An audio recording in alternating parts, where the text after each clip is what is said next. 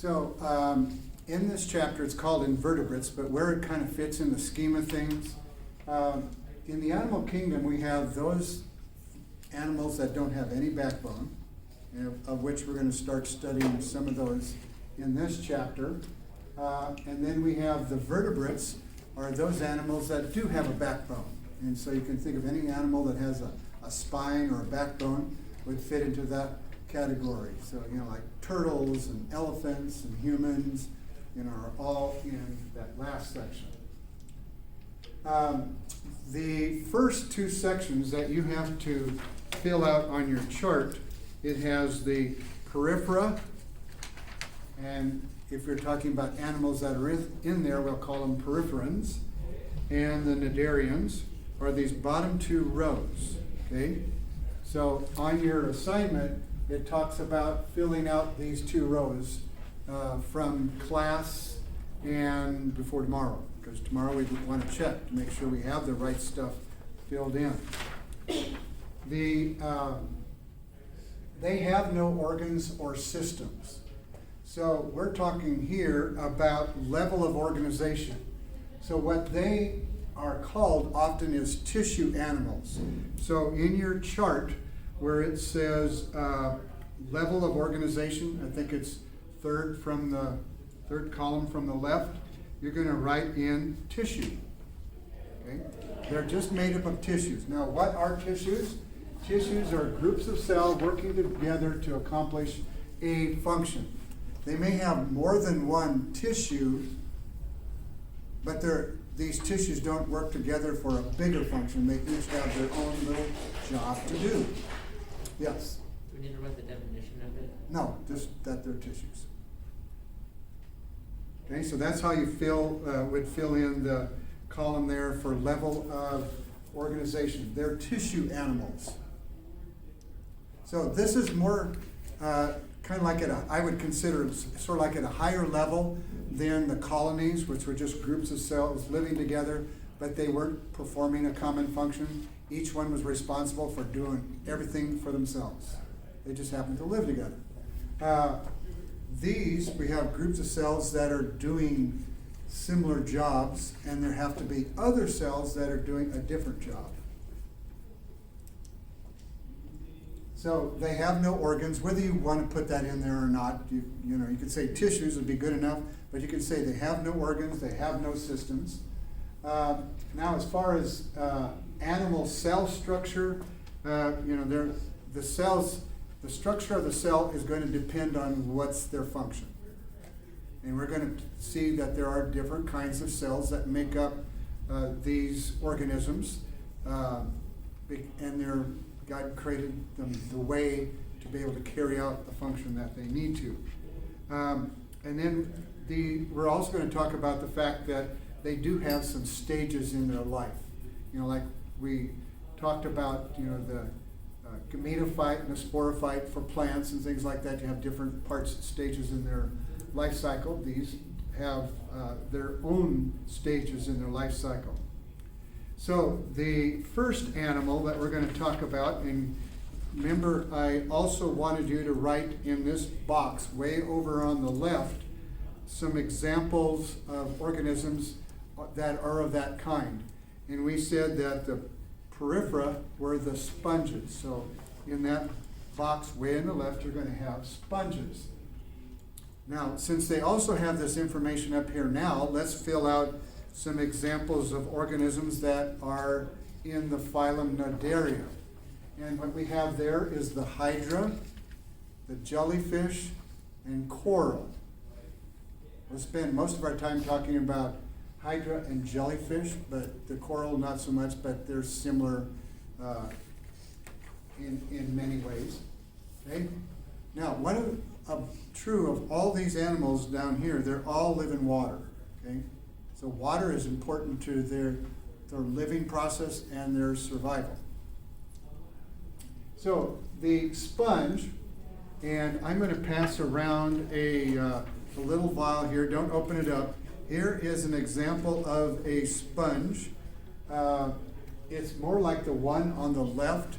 It's just hollow on the inside, and it has tiny little pores from the outside to the inside where water can come in and then exits out the top. So I'll pass this around. And when you're done, why don't you give it to Jazz, and then we'll probably end up back or in the back when you're done. You can give it to me when you're done. So the idea behind the name Porifera is pore bearing, as it says up here. They have holes. Remember, pores are like holes. And the sponges are filled with these pores where water can go from the outside of the sponge inside the sponge. Some of them have just like one layer on the outside, like the one that you're looking at there, pretty tiny. And some of them have, they're all kind of branching on the inside. That cross section almost looks like a brain, doesn't it? But all those blue areas represent paths that water could make their way through the sponge. Now, as we look at this, let's say, is one, taking this one over here, the simple sponge, and taking that outside layer, we can look at what parts make up that outside layer. We have an epidermis, in other words, one layer of cells that make up like the skin of the sponge. Then we have a layer on the inside that are made up of collar cells that are lined up right next to each other. The reason why they're called collar cells is they have a flagella that sticks out through the center, but it looks like there's a little collar around. So here's this collar, and the sponge is sticking out through the center of it. So that's why they give them the name. In other words, the name comes from how it looks. And then in between those two layers, there's a jelly-like layer. In that jelly-like layer are going to be the things that support it. Whether, in this case, it talks about spicules.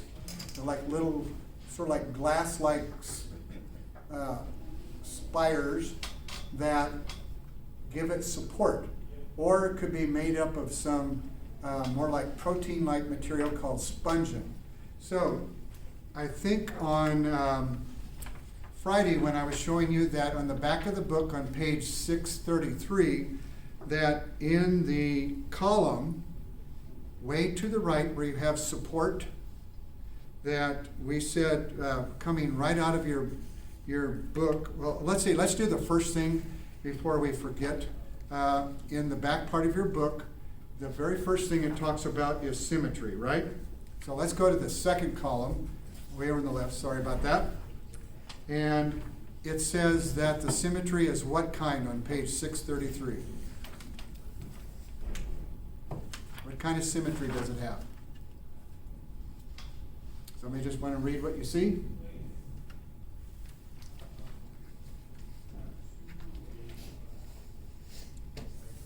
Do you see it, Haley? Just read. What does it say? Asymmetrical and radial symmetry. Okay, so they're either asymmetrical, in other words, there's no way that I could cut them and get two equal halves. Or they have radial symmetry, means they probably have some length to them, and there is one way I can cut them in one direction and get two halves. Okay, so that's what we mean by what symmetry they have. Some of them are not symmetrical, like this wouldn't have symmetry, but this one does. I can cut it this way and have radial symmetry. Like I could cut it this way, or at some other angle, and still come up with two equal halves. So that takes care of that. Now, would somebody else have their book open? So Kate, why don't you read what it says about, I think it's support, starting with the word support. Supported by a system of interlocking spindles in or sponginous fibers. Okay, so now way over on the right side, where it says support, you would write that in, what she just read. a system of interlacing spicules and or spongin fibers. So that's what supports them. That's what gives a sponge its shape. So when you look at that bottle, that even though it doesn't look like it has much shape, but that is the shape it'll always be. And that particular variety of sponge is called Grantia, Grantia. But the sponge originally came from the idea of bath sponges. Now, not every sponge works for a bath sponge. You wouldn't want to have the ones with spicules on the inside that are made out of glass or some material like that, because it'd be pretty scratchy to use that for a bath sponge. You want the one with the spongin fibers that after you clean all out the dead cells after the animals died and rinse it out really good, it makes great bath sponges. They're kind of brownish looking. You maybe have seen real sponges.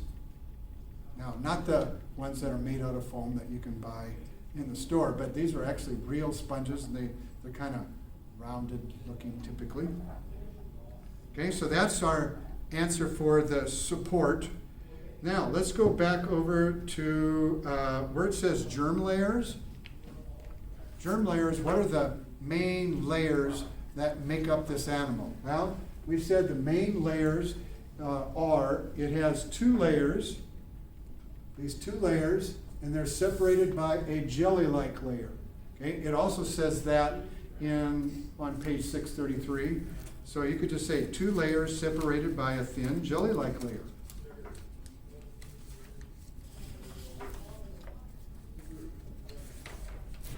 Now, that outer layer is the epidermis. The inner layer is where it says here are the collar cells. There's the collar cells, pointed at them. And then in between is this middle layer. Now, if you want to name the middle layer has a name right here. It's called mesenchyme. This CH, you pronounce it like a K, so mesenchyme. So it's a jelly-like layer. It has cells in it, but they're not stuck in one spot. They're free to move around. And the cells in that layer are called amoebocytes. Remember when we talked about amoeba? They can change their shape and move in any particular direction. So these amoebocytes move through this jelly-like material. Now, amoebocytes are for a sponge like, sort of like in baseball, they often talk about some players being utility players. That means they could play any position on the field and do a pretty good job at it. And, if we need you in the outfield, you play in the outfield. We need somebody to pitch, you can pitch. That's what we talk about a utility player in baseball. Well, the amoebocytes are kind of one of those, as we will see as we finish, as we work more at filling out this chart. Yes, Landon? So do you want us to list like the specific scientific name, or we just put like what you said, like two layers separated by A thin jelly-like layer. If you had that much, it's fine. If you wanted to name the layers, that would be great too. Okay. Now, those spicules that we talked about were part of the support. Those spicules can be made up of lime, which is calcium carbonate, limestone. If you've ever heard of limestone, that is what calcium carbonate makes up limestone. Silica is what we use to make glass. So there's little glass fibers inside of there that give the sponge its support. And then spongin is kind of like a protein-like material that is flexible. Okay? It still supports it, but it's not scratchy. So in other words, a bath sponge would have to have that kind of support. Now here's some pictures, kind of some cross-section through that Grantia sponge that's being passed around. I don't know, how far has it made it so far? it got, made it to there? Okay. When you cut your cross section, so you see these open areas, that's where the water gets to flow. And in the previous picture, I forgot to point that out, that's called the ostium. The ostium is like little pores through which the water can move from the outside of the sponge to the inside of the sponge. And then maybe I should go back to that previous picture. I guess I have to go back farther than that. These little structures that are at the top help to move water through that. I've seen some little videos on the internet where people were diving and they were showing sponges. And if you release some colored dye to the side of a sponge, it's not long you'll see that color coming out of the top. So they have a way of moving water through themselves. So movement doesn't necessarily, the last column, doesn't necessarily mean the animal has to move. They can either move in their environment or move the environment by them. And a sponge is doing that. It's moving the environment by them. It moves water through there, because in the water I'm going to find food particles that I can eat. So we'll go forward. So those are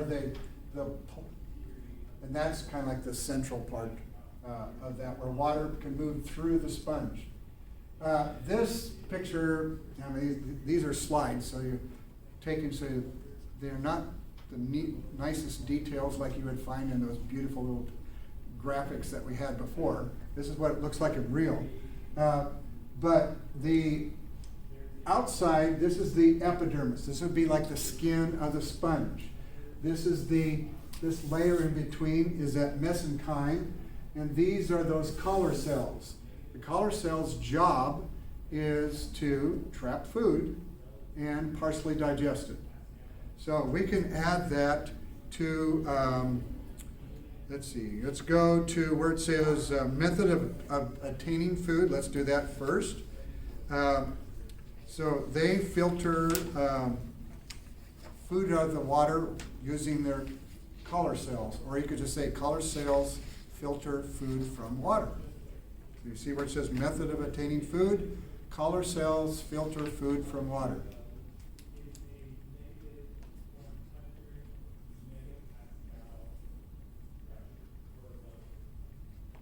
Okay, now the next box over talks about digestion.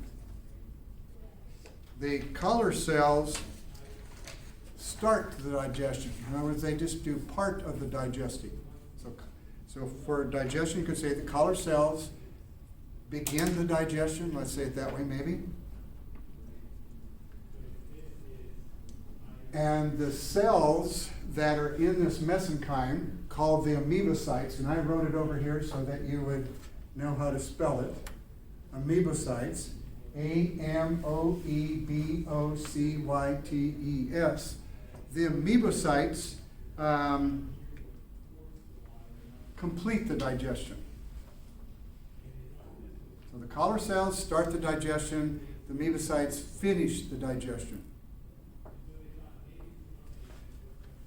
Now, the next line over, well, let's go 2 line over to circulation. Let's do that one maybe next.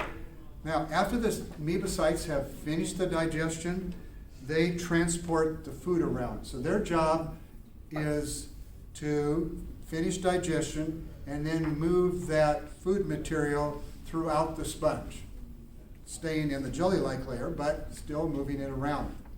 So like our red blood cells carry stuff through the blood, they're doing something similar to this. These amoebocytes move carrying the food to other parts of the sponge. Now, after the food has been digested, how does it get rid of the waste for that? We call that excretion. So see the column where it says excretion? They don't have kidneys. There's nothing in here that looks like a kidney. So they have to have something else that does that job. And God created those amoebocytes. Remember I said they were like utility players? So they finish digestion, they carry the food around, But they have another job, is the amoebocytes carry the waste to the surface of the sponge where it can get rid of it. So they carry food, and then after they've done with that, they collect the leftovers and get rid of it. So they carry the waste to the surface. So the amoebocytes have a number of different jobs.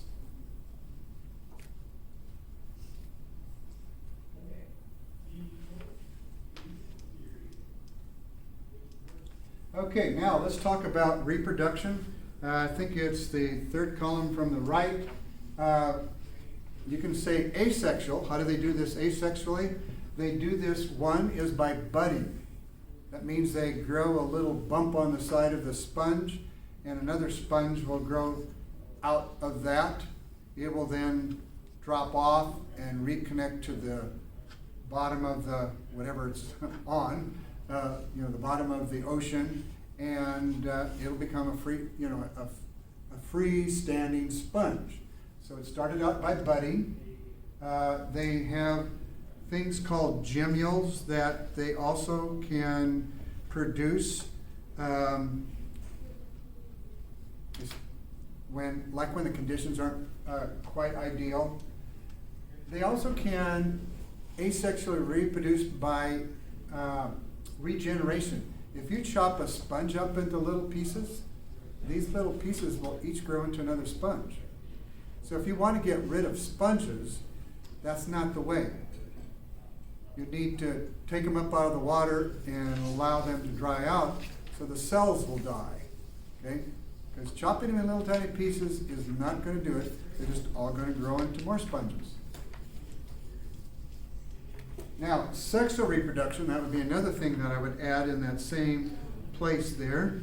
Guess what? Our utility player comes in to help out, and the amoebocytes bring sperm to the ovum.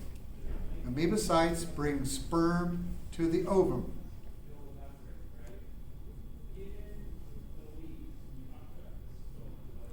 And then they will, the egg and the sperm will unite to form a zygote, and that zygote will grow into what we call a larval form. Like, for instance, for insects or like flies, a maggot is the larval form of a fly. Okay? It'll become a fly. So other animals have a larval form like that. Now, the next one here is Naderi. Let's go see if there's anything else that we haven't filled out. Okay, respiration. How do they get oxygen, do you folks, from what we've talked about so far? Do they have any structures for taking in oxygen and getting rid of carbon dioxide? I didn't see any. So what we will write there is they have no respiratory structures. No respiratory structures. And then why don't you write after that, only on the cellular level. Only on the cellular level. That means every cell is responsible for doing it, carry on respiration itself. There's nothing there that helps that gather oxygen and get rid of carbon dioxide. Every cell's responsible for doing it on their own. So I think the only thing we have left is what? Yours says what? Nervous system, I think is what yours says.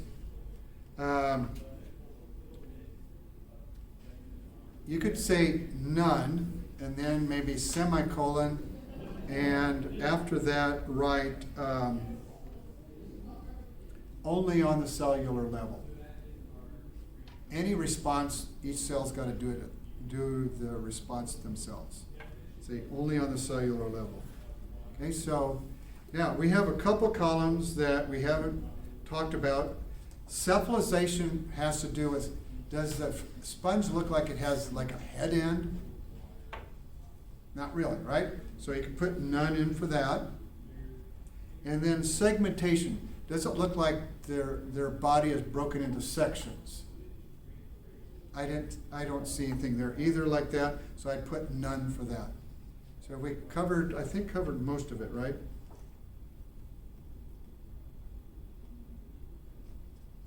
I think we've covered everything that's on there. Yes?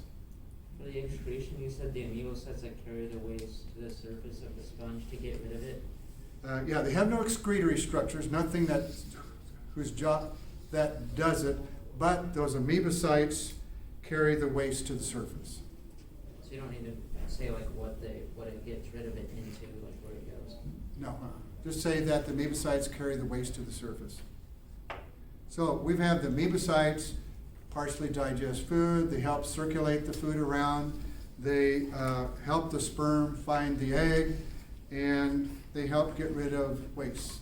So they're pretty busy, okay? Pretty busy. Now, the Naderia are like the jellyfish. So remember we put next to Naderia, we had Hydra, jellyfish, and coral. Now, what kind of symmetry would you think that they have?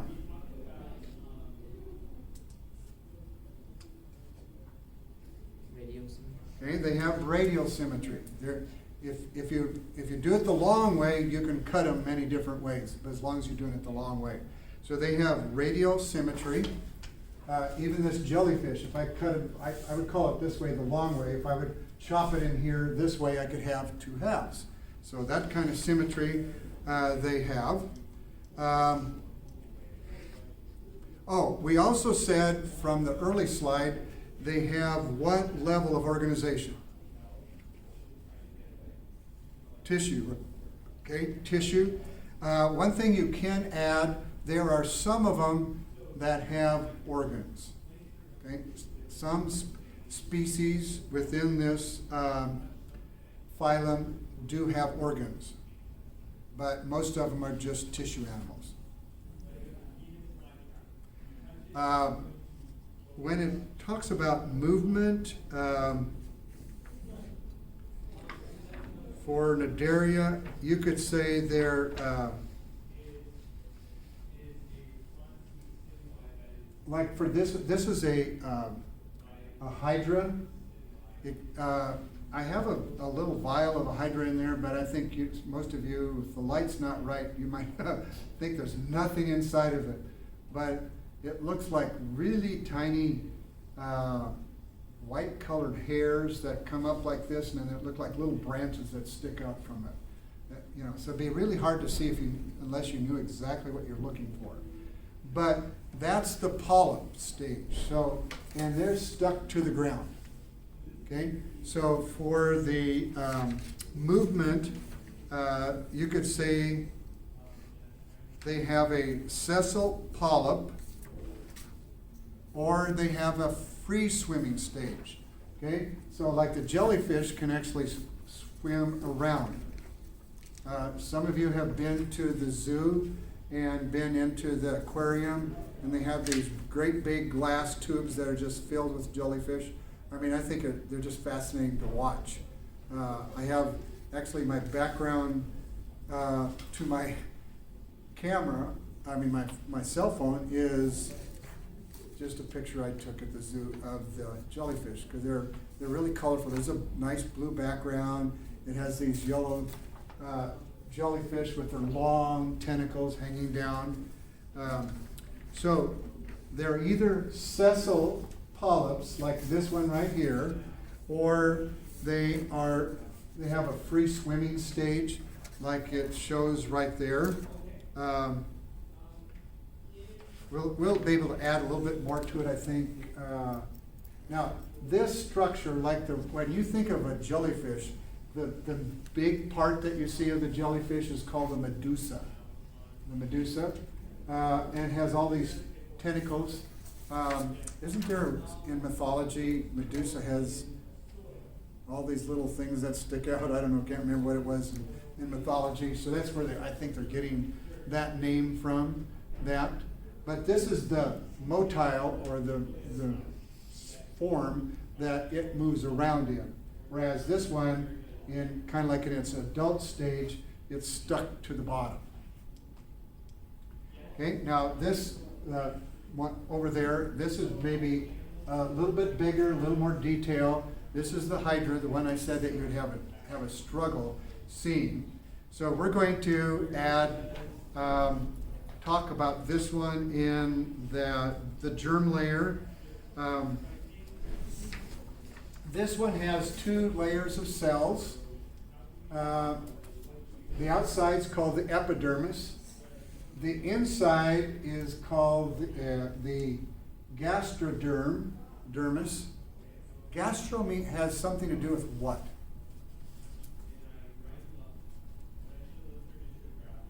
Like the gastric juices? What does that make you think? Right. Need to have sprinkles again?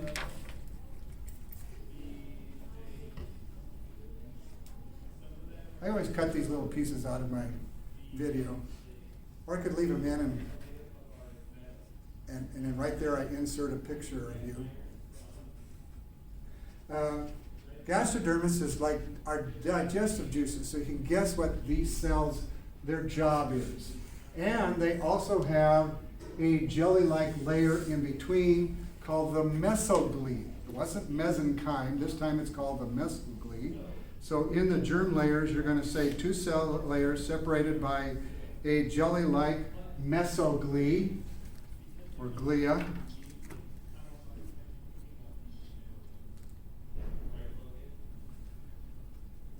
And for the part there where it says body cavity, why don't you say that it has a gastrovascular cavity. Vascular means it's filled like with water and whatever flows through it. Gastro means that's where digestion is going to take place. But let me go back a slide here. Right here at the top is a single little tiny opening called the mouth. So that's the place that food is going to have to enter, through that mouth. And then the gastroderm is going to secrete digestive juices that's going to digest whatever food gets into this gastrovascular cavity. And then guess what has to happen to get rid of the waste?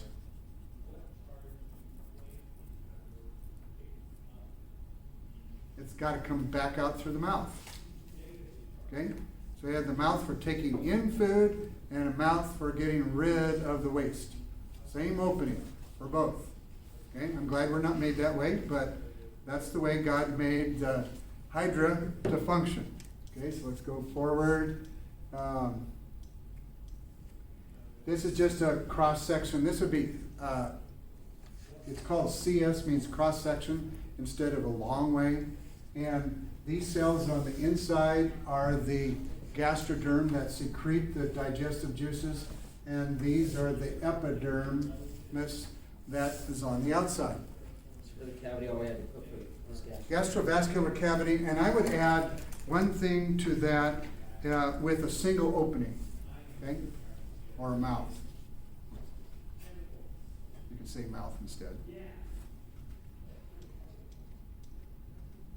So there's the epidermis in this slide, another cross section. This is the gastrodermis, and then the mesoglee is in between those two. It's pretty thin. The other one was a lot thicker. This is pretty thin. As far as movement, as we said, the Hydra is the one that's stuck on the bottom, and it has a disc on the bottom that makes it stick to the ground. So that we said it was a sessile polyp.